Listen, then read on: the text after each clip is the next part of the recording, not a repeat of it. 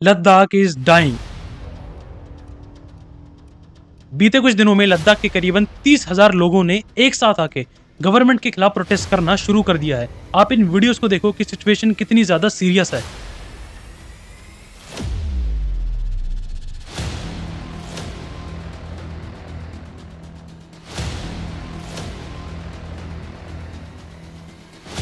और ये कितनी शर्मनाक बात है कि लद्दाख की इस प्रोटेस्ट को हमारी न्यूज चैनल्स ने कंप्लीटली ब्लैकआउट कर दिया है। आपने किसी भी न्यूज चैनल पर ये खबरें देखी ही नहीं होंगी कि लद्दाख में क्या मांगे हैं और किस तरीके से वहाँ के लोग एक साथ मिलकर सरकार के खिलाफ प्रोटेस्ट कर रहे हैं। जब 6 मार्च के बाद भी सरकार ने उनकी डिमांड्स नहीं सुनी तो फेमस इनोवेटर, एक्टिविस्ट और एजुकेटर सोनम वांगचुक ने 21 दिन का आमरण अनशन करने का फैसला लिया। दूसरा दिन का खात्मा है अनशन का। थर्ड डे, चौथा दिन शुरू हो रहा है। 5वां दिन है, 6वां, 7वें, 8वां, 9वें, 10, 11, 12, 13, 14वें, 21st day of climate fast. अब ऐसी क्या मजबूरी आ गई कि 3 किलोमीटर की हाइट पर जहाँ पर temperature can go as -17 degree Celsius, वहाँ पर सोनम वांगचुक जी के साथ 300 और लोगों ने इस डिमांड्स को सपोर्ट करते हुए इस प्रोटेस्ट में हिस्सा लिया। सोनम वांगचुक जी के साथ बैठे हुए सेशन में वहाँ के बुजुर्ग, महिलाएं, बच्चे, सभी के सभी लोग शामिल हैं। अब जब ये चीजें लद्दाख से आ रही हैं, लद्दाख के लोगों से आ रही हैं और स्पेशली सोनम वांगचुक जी से आ रही है, तो सच में इनकी कुछ खास वजह बिल्कुल रही होगी। क्योंकि आप नोटिस करोगे कि लद्दाख वो रीजन है जिसको एक समय पर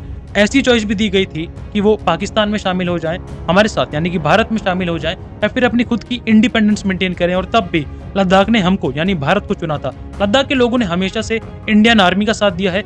सोनम वांगचुक जी, जिनके कैरेक्टर के ऊपर भी 3 इडियट्स मूवी इंस्पायर है, उन्होंने हमेशा इंडियन आर्मी के साथ मिलकर वहाँ के लोगों का भला किया है और इंडियन आर्मी का भी भला ही किया है। तो रिफॉर्म्स के बाद, अपने सपोर्ट के बाद आखिर वो क्यों ऐसी डिमांड्स कर रहे हैं? और ये जो प्रोटेस्ट है, ये बस इन्हीं कारणों की वजह से इतनी स्पेशल या फिर इतनी हिस्टोरिक नहीं है, बल्कि सालों बाद यहाँ के लोकल मुस्लिम्स और बुद्धिस्ट यानी कि दोनों कम्युनिटीज एक साथ मिलकर प्रोटेस्ट कर रही हैं। उनसे पहले इन्होंने कंप्लीटली एक दूसरे की तरफ से कम्युनिकेशन प्रॉपर्ली शट डाउन कर दिया था। तो फिर आखिर ये डिमांड्स हैं क्या और ये कितनी सार्थक है, इन सभी के बारे में डिटेल में जानेंगे। और ये भी जानेंगे कि बीजेपी जब उसने खुद अपने मैनिफेस्टो में ये चीजें कंप्लीट करने का वादा किया था, तो अब वो खुद इन डिमांड से पीछे क्यों हट रही है। So without wasting further time, आइए इन डिमांड्स को समझते हैं और उनकी फिजिबिलिटी को भी देखते हैं। तो लद्दाख के लोगों की मेनली 4 डिमांड्स हैं, जिसमें सबसे पहली डिमांड ये है कि उन्हें इंडियन कॉन्स्टिट्यूशन के 6th शेड्यूल में इंक्लूड किया जाए। दूसरी डिमांड है कि लद्दाख को एक स्टेटहुड दिया जाए। तीसरी डिमांड है कि लद्दाख को 2 एमपीज का रिप्रेजेंटेशन दिया जाए, जो कि अभी के लिए बस एक ही एमपी है, वो भी लोकसभा में, और राज्यसभा में उनका कोई भी रिप्रेजेंटेशन नहीं है। और चौथी और आखिरी डिमांड है कि जॉब सिक्योरिटी के लिए उन्हें खुद का ही एक पब्लिक सर्विस कमीशन स्टैब्लिश किया जाए। तो आइए इन सभी डिमांड्स को एक एक करके समझते हैं। और सबसे पहले 6 शेड्यूल की डिमांड। ये 6 शेड्यूल है क्या? ये हमारे इंडियन कॉन्स्टिट्यूशन का ऐसा प्रावधान है जो कि ट्राइबल कम्युनिटीज को बचाती है, उन्हें प्रोटेक्ट करती है और उनको सिक्योर भी रखती है। तो इस प्रावधान के अकॉर्डिंग जो हमारी ट्राइबल कम्युनिटीज है, यानी कि जो हमारे आदिवासी कम्युनिटी है, वो अपने खुद के इलेक्टेड एडमिनिस्ट्रेटिव अथॉरिटीज बना सकती हैं, जिन्हें ऑटोनोमस रीजनल काउंसिल्स और ऑटोनोमस डिस्ट्रिक्ट काउंसिल्स कहा जाता है। ये लोकल अथॉरिटीज वहाँ की लैंड को लेके, वहाँ के फॉरेस्ट को लेके, उनकी सोशल कल्चरल आइडेंटिटी को लेके, अपने सोशल कल्चरल कस्टम्स को बचाने के लिए वहाँ पर खुद लॉज बना सकती है, ताकि बाहर के लोग आके उनके और उनके लोगों को, उनके कल्चर को, उनकी जमीन को एक्सप्लॉइट न कर पाए। तो अब ये जो 6 शेड्यूल है, ये वैसे बनाया तो नॉर्थ ईस्टर्न स्टेट्स के लिए ही था, जो कि आज भी आसाम है, त्रिपुरा है, मेघालय है, मिजोरम है, आज भी इन जैसे स्टेट्स में लागू भी है। और ऐसी सभी जगहों पर जहाँ पर ये 6th शेड्यूल लागू किया गया है,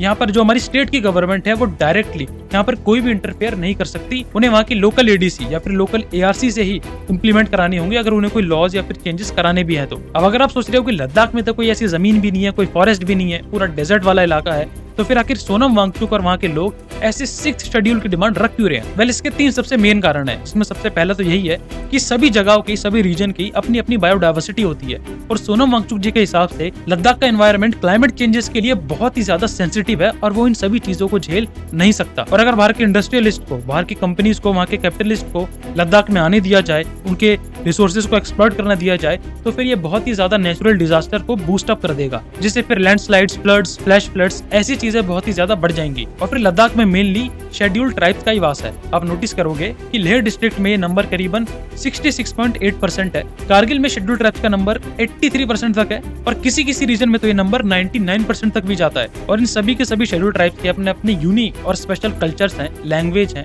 कस्टम्स हैं, जो कि वो बचाना चाहते हैं। और जब से 370 पूरे के पूरे जम्मू कश्मीर से हटा है, उसके बाद से लद्दाख भी सभी के सभी इंडियंस के लिए यानी कि आउटसाइड ऑफ लद्दाख वाले पीपल के लिए भी ओपन हो गया है, जो कि वहां पर आएंगे, उनके रिसोर्सेज को एक्सप्लॉइट करेंगे, उनको खत्म करेंगे, उनके साथ भेदभाव करेंगे, जिससे करके उनका धीरे धीरे एग्जिस्टेंस ही खत्म हो जाएगा। अब आप ये चीज खुद नोटिस करो कि जब जम्मू कश्मीर से 370 को हटाया गया था तो लद्दाख के लोग बहुत ही ज्यादा खुश थे, लेकिन बाद में जम्मू कश्मीर को और लद्दाख को, इन दोनों को अलग अलग ही यूनियन टेरिटरीज का स्टेटस दे दिया गया था। अब यूटीज का मतलब तो बेसिकली यही होता है कि वो डायरेक्टली सेंटर द्वारा कंट्रोल की जाएंगी, लेकिन कई यूटीज ऐसी भी हैं जो कि खुद अपनी सरकार को यानी कि अपनी रिप्रेजेंटेशन को इलेक्टेड मेथड से चुन सकती हैं, जैसे कि दिल्ली में भी यही सीन है और पौंडीचेरी में भी इलेक्शंस होते हैं, जबकि ये दोनों ही रीजन यूटीज को बिलोंग करते हैं, लेकिन फिर भी वहाँ पे एक इलेक्टेड रिप्रेजेंटेशन वहाँ के लोगों को दिया गया है। लेकिन 370 हटाने के बाद जहाँ जम्मू कश्मीर को ये लेजिस्लेशन और रिप्रेजेंटेशन दे दिया गया, लद्दाख के हिस्से में ऐसा कुछ भी नहीं आया। ना ही तो वो अपनी सरकार बना सकते हैं और ना ही कोई विधानसभा बना सकते हैं। अब उनको कोई विधानसभा या फिर कोई ऐसा प्रोविजन तो मिला नहीं, लेकिन उनके हिस्से में आई बस और बस वही यूटीज वाली रेगुलर ब्यूरोक्रेसी, जहाँ पर लद्दाख को एक लेफ्टिनेंट द्वारा चलाया जाता है, जो कि बस और बस डायरेक्टली सेंट्रल गवर्नमेंट को ही जवाबदेही होता है, ना कि वहाँ के लोगों को। उनकी तीसरी डिमांड ये है कि उन्हें खुद का एक पब्लिक सर्विस कमीशन दिया जाए ताकि उन्हें गवर्नमेंट जॉब्स में और भी ज्यादा रिजर्वेशन मिल सके।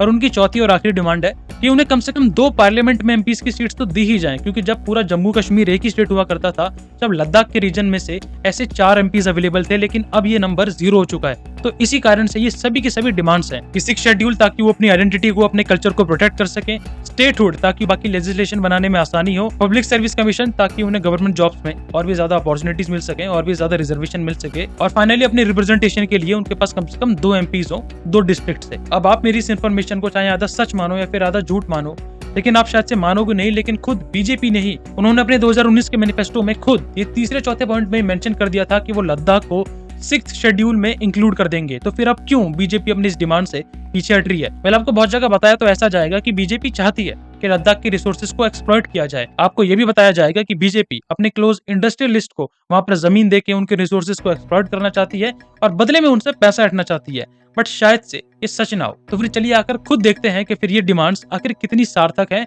और क्या है इनके पीछे का छुपा हुआ राज, जिसके कारण से बीजेपी इन डिमांड्स को फुलफिल करने से आज परे हट रही है। अब सबसे पहली डिमांड यानी कि 6 शेड्यूल के लिए अब ये समझो कि हाँ, ये डिमांड रीजनेबल तो है, लेकिन आप ये भी समझो कि इंडियन कॉन्स्टिट्यूशन में जो ये 6th शेड्यूल बनाया गया था, ये केवल और केवल नॉर्थ ईस्टर्न स्टेट्स को ही दिमाग में रख के बनाया गया था, और बाकी जितने भी ट्राइबल एरियाज हैं, फिर ट्राइबल रीजन्स हैं, वो आज भी 6th शेड्यूल में ना इंक्लूड करके 5th शेड्यूल का ही हिस्सा है, सिर्फ और सिर्फ नॉर्थ ईस्टर्न स्टेट्स को छोड़कर। और इन सभी जगहों पर स्पेशल बेनिफिट्स तो दिए गए हैं, लेकिन यहाँ पर एडीसी और एआरसी का कॉन्सेप्ट नहीं है। तो अगर हमारी सरकार लद्दाख की इस 6th शेड्यूल की डिमांड को पूरा कर देती है, तो नॉर्मल सी बात है कि बाकी जो 10 रीजन है वहां से भी ऐसे ही डिमांड आने शुरू हो जाएंगी कि फिर हमें भी 5th शेड्यूल में क्यों रखा गया है, हमें भी 6th शेड्यूल का प्रोविजन दो ताकि हम भी अपनी लोकल एडीसी और एआरसी बना सकें। इसके साथ साथ बात यह भी है कि इस समय पर चाइना जिस तरीके से लद्दाख के रीजन में इंटरफेयर करता जा रहा है, जिस तरीके से वो अपने मैप पे हमारी जगहों के नाम बदल के खुद उसका हिस्सा दिखाई जा रहा है, ये बहुत ही सेंसिटिव टाइम होगा कि लद्दाख को हम 6th शेड्यूल में शामिल करें। और फिर जब गलवान क्लैश हुआ था, जहाँ पर हमारे कई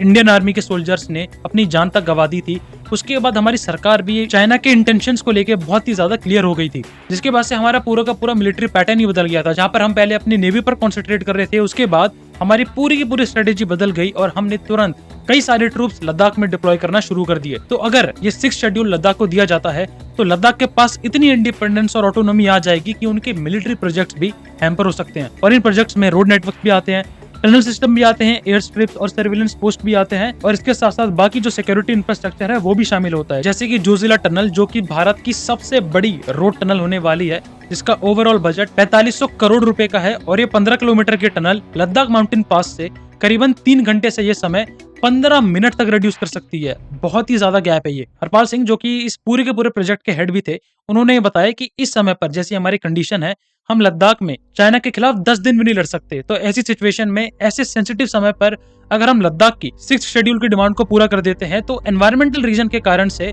शायद से ऐसे प्रोजेक्ट्स को कभी अप्रूवल मिले ही ना। उसके साथ साथ कई एक्सपर्ट्स का ये भी कहना है कि अगर लद्दाख को 6th शेड्यूल दे भी दिया जाता है, तो उनकी सरकार, उनकी गवर्नेंस में बहुत ही ज्यादा डिले आने लगेगा। और ऐसा इसीलिए क्योंकि अभी जो उनका गवर्नेंस है, जो उनका एडमिनिस्ट्रेशन है, वो एक कंप्लीट सिंक में, एक पूरे के पूरे स्ट्रीम में है। तो अगर इन लोकल बॉडीज को बना दिया जाएगा, तो इनके लिए भी एक अलग से स्ट्रीम बनानी पड़ेगी, चीजें डिवाइड करनी पड़ेगी, जिसके कारण से चीजें डिले होंगी ही होंगी। क्योंकि इस बात से तो आप भी सहमत ही होंगे कि किसी भी एडमिनिस्ट्रेशन में जितनी ज्यादा लेवल्स बढ़ती हैं उतना ही ज्यादा समय लगता है किसी चीज को अप्रूव कराने में, यानी कि डिसीजन मेकिंग में चीजें डिले होने लगती हैं। तो अगर ये 6th शेड्यूल इन्हें दे दिया जाता है तो एडमिनिस्ट्रेटिव चैलेंजेस तो आने ही आने हैं, इसके साथ साथ उनके डिसीजन मेकिंग में भी बहुत ज्यादा डिले आएगा, जो कि लद्दाख के हित में तो बिल्कुल भी नहीं है। और रही बात इनके रिजर्वेशन और गवर्नमेंट जॉब्स की, तो मैं आपको ये बता दूं कि राज्यसभा में एक रिपोर्ट पेश की गई थी जिसमें ये बताया गया था कि लद्दाख की शेड्यूल ट्राइब्स के लिए रिजर्वेशन जो है वो 10% से बढ़ाकर 45% तक कर दिया गया है। लेकिन इन सब चीजों का मतलब ये भी नहीं है कि लद्दाख की इन डिमांड्स को हम कम्प्लीटली ऐसे ही अबैंडन कर दे, क्योंकि रीजनेबल तो ये डिमांड्स हैं ही, जस्टिफाइड तो है ही।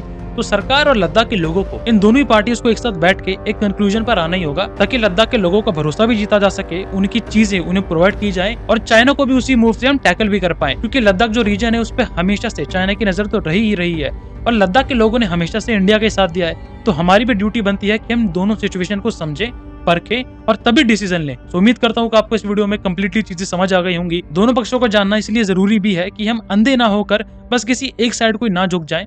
दोनों तरफ की अपनी अपनी प्रॉब्लम्स हैं, अपनी अपनी डिमांड्स हैं, उन दोनों को समझना, एक पॉइंट पर आना ही इस वीडियो का मकसद था। अगर मेरे समझाने का तरीका आपको पसंद आया हो तो जरूर ऐसी और इन्फॉर्मेशन वीडियोस के लिए चैनल को सब्सक्राइब कर लेना, इस वीडियो को लाइक कर देना, अपने ओपिनियंस कमेंट्स में जरूर मेंशन करो। अपनी आवाज उठाना तो सीख ही लो। फिर मिलेंगे, तब तक के लिए जय हिंद।